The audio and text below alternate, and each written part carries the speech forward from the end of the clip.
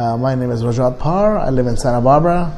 Me and Sashi Mormon make the wines at Domaine de Côte and Sandy in Santa Barbara County and Evening Land in Oregon. I was born in Calcutta. I lived for a little bit here in the UK, and then I moved to New York to go to culinary school. Then became a sommelier in San Francisco, lived there for 18 years, then moved to Santa Barbara and focus on our wines there. I was in culinary school upstate New York, and I went to a wine class and I smelled wines, and I'm like, wow, it smells amazing. So profound, so complex, and I had wine in England with my uncle here, and I was like, oh, it's funny, it's made from grapes. So I was always curious, because as a kid you eat grapes and you're like, not drinking wine until you're like 20 or 21, not even knowing what wine is. And I had wine here first time, and so I just got curious about it. I thought I should learn more about that, and started off working in San Francisco. Outside of wine, my father was my biggest inspiration. I think that wine is such a it's such a geeky idea of like just grapes and beverage and service and blind tasting and everything else. I think that I get inspired a lot by spiritual writing, by Buddhism, by people who want to motivate people's spirit, which is totally opposite to wine, but the meaning of life and the meaning of happiness, and just simple things like that, which I think that sometimes we are in a fast pace and in a restaurant or a winery, and we forget that we have to be compassionate and mindfulness. So, yeah.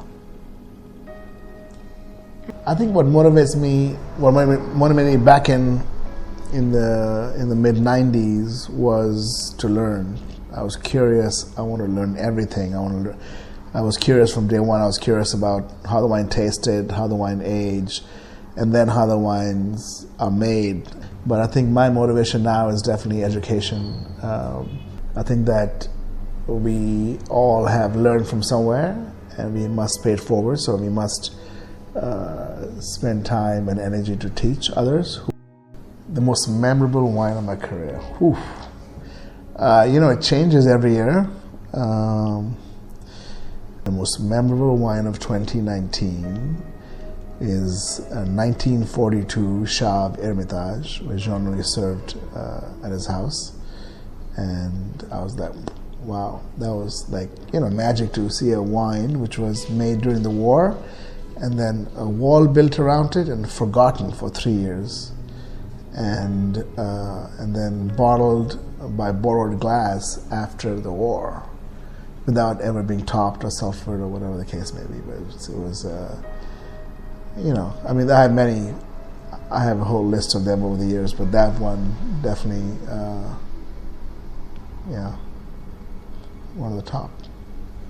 I am a little obsessed with texture nowadays, so I think that oftentimes when we taste wine, we just look at one or two aspects.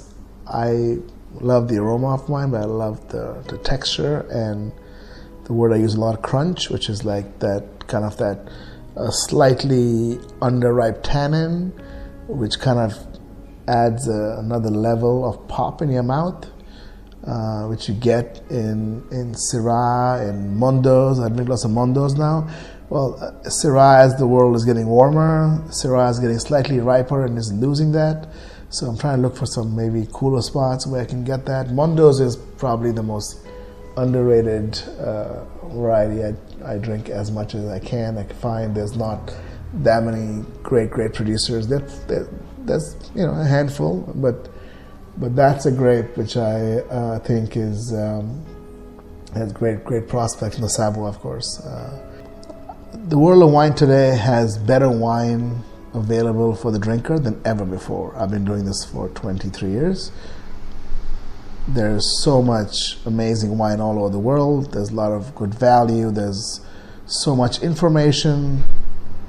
But the problem with wine is also that it's become too precious. Maybe I think it has too much of either a commodity aspect to it, like it's for sale or you can make money off it, or sometimes just like it's too on a pedestal, too much on a pedestal. And I think that forget that wine is still a beverage to drink with friends, family. It's not a trading chip, it's not a stock. I think that wine is maybe the only beverage where you can see the reflection of the grower or the producer in the glass. Not taking anything away from fine tea or great cider or beer, but with wine you can find the spirit of the producer, the place, that vintage, and I don't think any other beverage does that. And a good example would be Thierry Allemand. There are many producers of Cornas out there, but no one makes a wine like him.